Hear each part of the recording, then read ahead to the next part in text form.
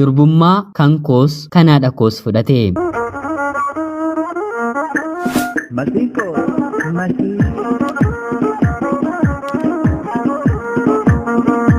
Yoyyaa ashamaa akkam jirtu kabajamtootaaf hordoftoota qophii keenya. Nagaaf jaalalli tokkummaan bakka jirtan hundaatti hunda keessaniif yaa ta'u jecha guyyaa irraallee seenaawwan nama barsiisanii keessaa tokko isiniif qabadheen dhiyaadheeraati.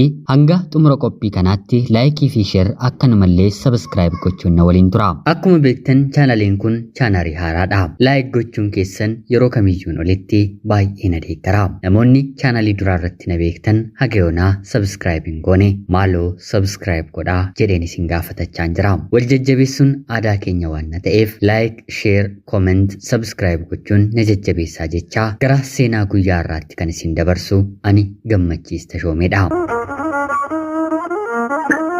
Masiko,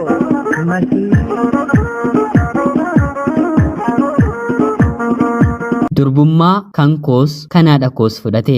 Yeroodhaaf maqaa kiyya himachuun barbaadu kanan dhaladheetti guddadhe Jiituu Magariituu Oromiyaa keessatti. Barnoota kiyyas kutaa 1 hanga 10tti maatii koo haadha koo bira taa'een baradheera. Kutaa 10 booddee garuu sababa dhiiraati haadha kiyya waliin waan wal dhabneef manaa baheen jireenya qorumsa guddaa qabu jiraachuun eegale. Haatii fi abbaan koo bara 1984 wal fuudhanii gaa'ela dhaabbatanii waliin jiraachuu eegalanii. Haa ta'uutii garuu bara 1990 abbaan kiyya nama ajjeesee umriin waggaa 14 itti murtaa'ee mana hidhaa seene. Yeroo inni mana adabaa seenu ani barnoota kutaa 1ffaayyuu hin seenne. Haa ta'uutii garuu erga inni hidhamee booda torbee lamaanis baatiidhaanis haadha koo waliin deemnee abbaa keenya ilaallaa. Sababni rakkoo ajjeechaa kanatti seenuu abbaa koo immoo tapha maallaqa qabsiisanii anatu moo'aa taphataniin abbaan koo tapha qumaaraa hedduu waan danda'uuf booddee irratti hiriyyoonni isaa guyyaa qabanii fi ajjeesuuf yeroo ka'an meeshaa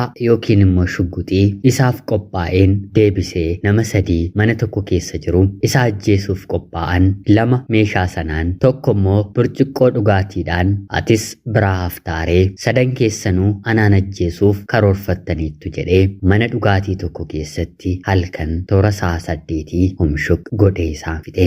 Akka ajjeeseenis halkanuma sana haadha koodhaan kana ta'een dhufe yoo barbaadde heerumi yoo jibbite dhiisi jedhee harka isaa poolisiitti kenne. Yakka ajjeechaa nama 3 abbaan koo mana hidhaa seene. Qumaaruma kana taphatee umrii dargaggummaa isaatti maatii isaaf mana ijaareera. Nuufillee har'a yeroon jijjiiree mana durii fakkaate malee mana magaala keenya keessa hin jirre yeroo sanatti nuuf ijaaree ture. Haa ta'uutii garuu maallaqa qabsiisanii taphachuun taphni taphatamu galgalli isaa akka hin bareenne abbaa koorraa hubachuun ni danda'ama. Barnoota isaattillee nama baay'ee cimaa ture. Haa ta'uutii garuu dirqiidhaan waraana mootummaatti dabalamee achis waggaa 4 duulee mootummaan yeroo jijjiiramu gara biyya isaatti deebi'ee gaa'ela dhaabbatee anaanis godhate. Yeroon waa'ee abbaa koo yaadu nan gammadas nan gaddasi. Gammachuun koo cimina dandeettii isaa fi jaalala inni yeroos anaaf qabuuni. Gaddi koo immoo qumaara taphatee bultii isaa jiraachisuu isaatti. Namni jireenya akkanaa keessa jiru dhumni isaan tolu. Har'as taphni qumaara kanaa bifa isaa jijjiirratee gola mana hundumaa seeneera. Tarii biyya keenya keessatti waraanni dhumee nageenyatti yoo ceene haatiif abbaan yookiin immoo ilmaan kan nurraa fixu tapha har'a taphatamaa jiru natti fakkaata. Maaliif yoo jettan ijoollummaa kootii kaasee taphni kun jaalala abbaa koo waan na dhorkateef baay'een jibbaa. Kanaan haati kiyyas hanga abbaan koo hiikamuuti nan eega isa malee gaa'ela gara biraa hin dhaabbadhu jettee otoo eegaa jirtu. Yeroon ani kutaa 8ffaa baradhu dhiigni gumaadhaatii ilma abbaansaa abbaan kiyya ajjeese jabaatee yakka xiqqoo hojjechuun mana adabaa abbaan kiyya keessa jiru seenee abbaan kiyya bakka ciisetti ukkaamsuun lubbuu isaa balleesse. Yeroon kutaa 8ffaa baradhu har'a bornaaf bahee jaalala na dhowwate naaf deebisa jedheen otoo yaadu harka ofiin nama ajjeesanii jiraachuun hin jiruutii harka isaas namni ajjeese. Kanaan haati kiyyas abdii kutate. Dargaggeessa abbaa kiyya ajjeeseenis deemtee hin himanne. Sababiin isaa immoo yoon ani humnan qaba jedheen deemeen himadhe dubartii waan na ta'eef tokkitti intalan qabuyyuu narraa fudhatu jettee sodaatte. Kanaan abbaa kiyyas dhabdee jireenya qofummaa ana waliin itti fufte. Kanaan booddee hiriyoonni ishees maatiin ishees abbaan manaan kees boqoteeraa yoo xiqqaate heerumiitii ijoolleellee dabaladhu jedhanii ishee rakkisuu eegalanii. Haati koos suuta dhiirota ofitti butuu eegalte. Yeroo kanatti anaan na jibbisiisu haadha kiyya akka haadhaatti fudhachuun yerootti itti qaana'aan dhufedha. Masinko,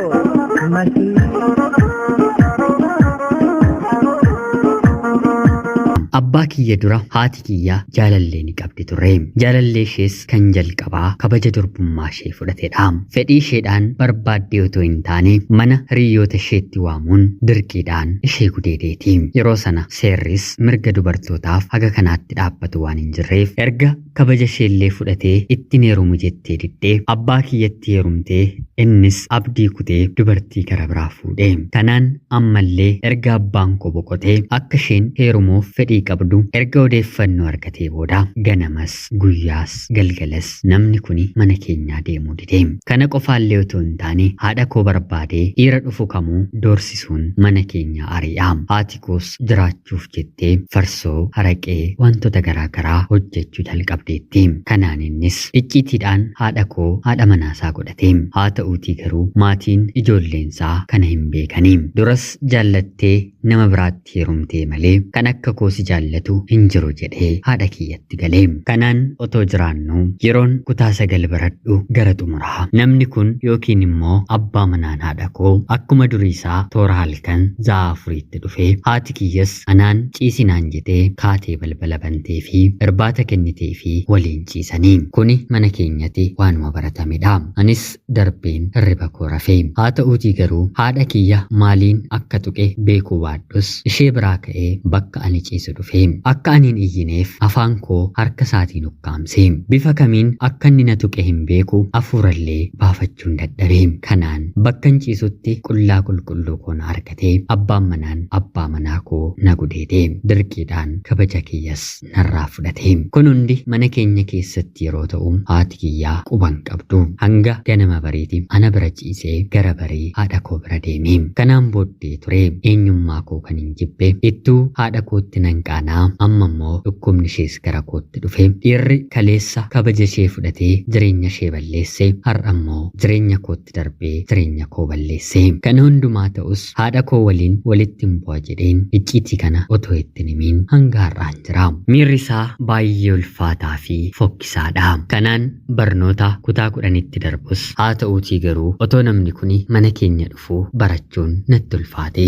Innis yoo barbaadde wanta feeteen sin gargaara malee icciitii kana nam tokkorraa dhaga'e jennaan lubbuu keen baasa jedhee na doorsiseera. Kanaan nama kana mana keenyatti jibbuu kootti darbeen haadha koo waliinis walitti bu'uun eegale. Haati koo waggaa 8 guutuu abbaa kee eegaan ture. Haa ta'uutii garuu naaf hin taane anisoo namadhaa jireenya jiraachuun barbaada. Maaliif nama na waliin jiraatu jibbitaa moo jireenya kooti inaaf jalqabdeeti jettee jechoota kana fakkaataniin na tuquu jalqabde.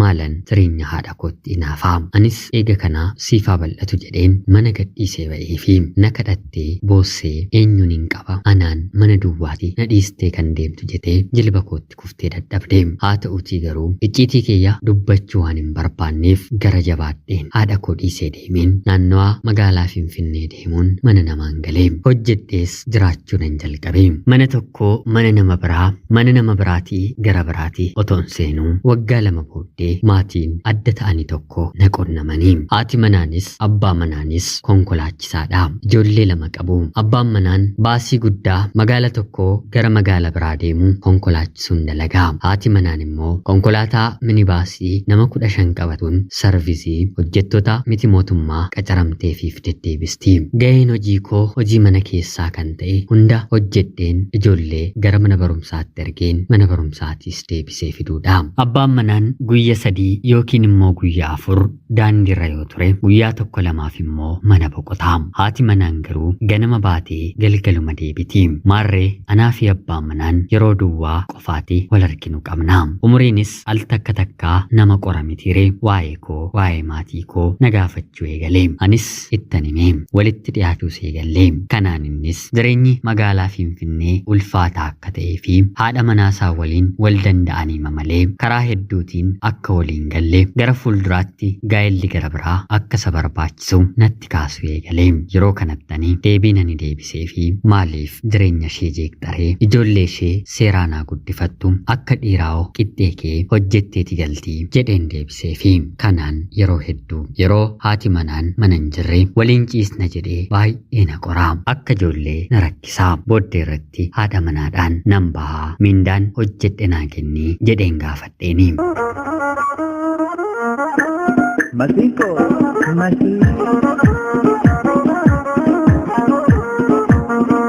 yeroo kana isheenis hojjettuu manaa haga ammaati mana koo seente keessaa kan akka kee garaa nagee hin jiru kanati barbaadde maallaqni akkasiif dabalamu yoo ta'e siif hin dabalaa maaloo na jalaan deeminii jettee na kadhatte sanaan booddeenis lakki kan hin barbaadu mindaa miti sobeen hojiitu natti baay'atee jedheen deebisaafi yeroo kana isheenis gosoota hojii mana keessaa hojjetamani keessaa kana hin hojjetiin galgala yeroon dhufu anatu hojjetaa kana qofa ammoo naaf hojjedhu jettee fala gara biraan dhahadhu wallaaleen hojjechuu ittiin fufee abbaa manaan ishee guyyaa biraa fedha keedhaan yoo didde dirqii keedhaan akka ati na waliin ciistu nan taasisaa jedhee natti fokkore yeroo kanaanis mee akkaataatti nati dirqiidhaan an akkan si waliin ciisu taasistu nan ilaalaa gaafa kana gootee haati manaan kee qulqulluudha waa'ee gaa'ela keessa yaadii jedheen itti mee eega kanaa kanan jaalladhu akaayee garbuu akaayee biyya koo kunoo magaalaa akkasiitiin fide jedhee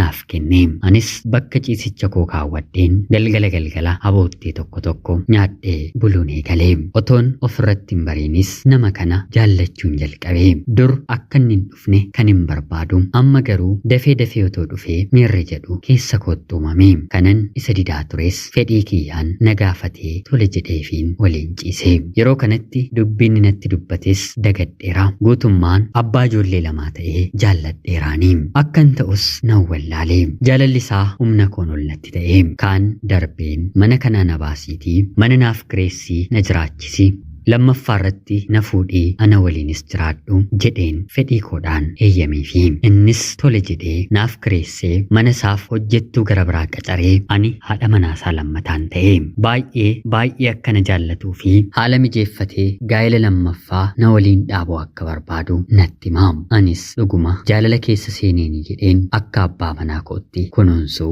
maallaqa inni naaf kennerraa qoodeen isaaf sarpiraayiz gochuu kanneen kana fakkaatanii galeen addunyaa gara biraa keessa seenee fedhii koodhaanis ulfaa'eefiin baatii 9 guuteen intala dubaraa nan godhadhe ergan dahee booddee garuu jaalalli koo kan biraadha kansaa kan biraa ta'e yoo tole jedhe torbee 2tti torbee 3tti takkaa mana koo dhufaa sanuu akka durii yeroo gaarii na waliin dabarsuuf otoo hin taane daa'ima isaa ilaallataa maallaqas akka durii naaf kennuu didee mana kireeffadheen nan rakkadhe bilbileen haadha koottis haalan keessa jiru yeroon himu yaa mucaa koo tokko miti anaaf jettee lakkuu maaf hin dahiin ani daa'ima lammataa barbaadeen kunoo na didaa jira mitii naaf kenni siif hin guddisanaan jettee anis deemeen daa'ima koo haadha kiyyaaf kennee haati koos naaf guddisuu eegaltee kanaan as deebi'een hojii naaf banii yookiin immoo na qacarsiisi jedheen abbaa manaa kan jedhamu kana nan gaafadheeni yeroo kanannis hojiin biyya kanaa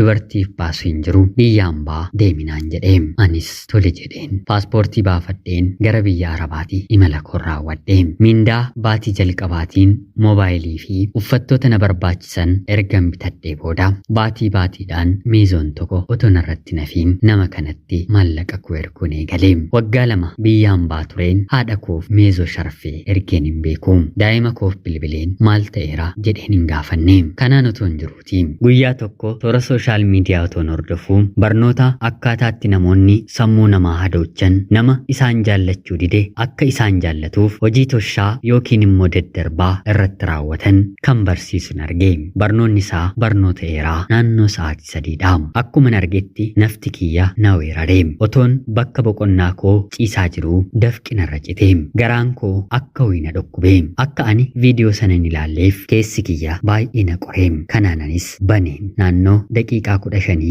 yeroon guutu hirribni eessaa akka inni dhufe kanan hin beekne dhufee na qabee kanaan moobaayilii moobaayilii kiyyatoon cufiin achumaan rafe viidiyoon sun odeessee fixe ani yeroon ka'u viidiyoowwan duraan ilaaltu banamee moobaayiliin koo taphachaa jira. Anis sana xiqqoo ilaaleen deebisee rafee miira armaan dura natti dhaga'ame akka inni natti dhaga'ame kan inni hubadhe deebiseen torbee 2 booddeedha. Viidiyoomti sun deebi'ee moobaayilii koo irratti dhufe. Anis wantan ta'e yaadadhe amantaan kiyya xiqqoodhaati amantaa man qabuun yaa Rabbii na gargaari jedheen viidiyoo sana dhaggeeffadhe. Hanga dhumaatti yeroon xumuru seenaa makootu waan haasa'ame natti fakkaata. Namichi abbaa manaa naaf ta'e akkan isa jaalladhuuf akaayii guyyaa sana naaf fide keessatti qoricha godheera. Dabalataan otoon sassatiin maallaqa akkan erguufiif narratti falfala dalageera. Kana nadda baafadhe yaa Waaqayyoo maaloo qorumsa kana keessaa na baasi jedheen turtii waggaa 2 boodee biyyaa baheen haadha koof bilbilee haati koos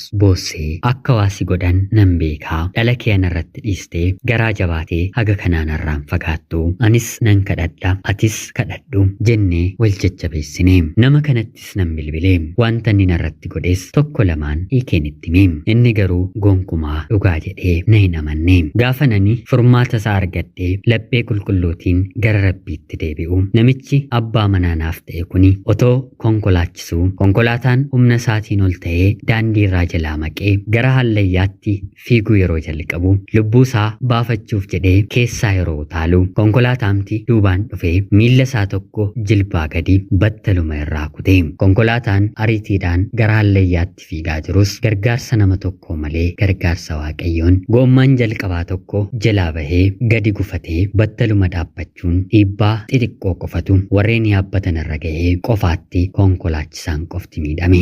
Eega kanaatii namni kun hagaarraati waggaa 4 hojii kanatti hin deebine. Haadha manaasaa yeroo humna qabu irratti deeme irratti fuudhe isheetu humna isheedhaan hojjetee isa gargaaraa jira.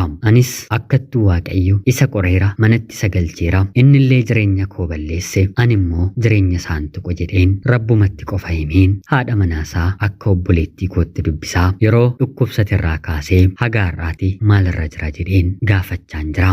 Gaafa isheen oduu ishee keessatti akka rakkatte irraa hubadhus haga humna koo maallaqa xiqqoo nan ergaafi. Jireenyi magaalaa Finfinnee xiqqoo ulfaattuudha. Har'aanis nama kana dhiisee gochaawwan narratti raawwataman irraa bilisa bahee jaalallee gara biraas qabadheen yoo Rabbi jedhe guyyaa isaatiin gaa'ela sirrii qulqulluu ta'e nan dhaabbadha jedheen abdiidhaan of eeggachaan jira. Rabbi akkanaaf milkeessuuf kadhannaa keessanitti na yaadadhaa. Ana obboleettii keessan biyya hambaarraati. Ulfaadhaa nagaatii galatoomaa.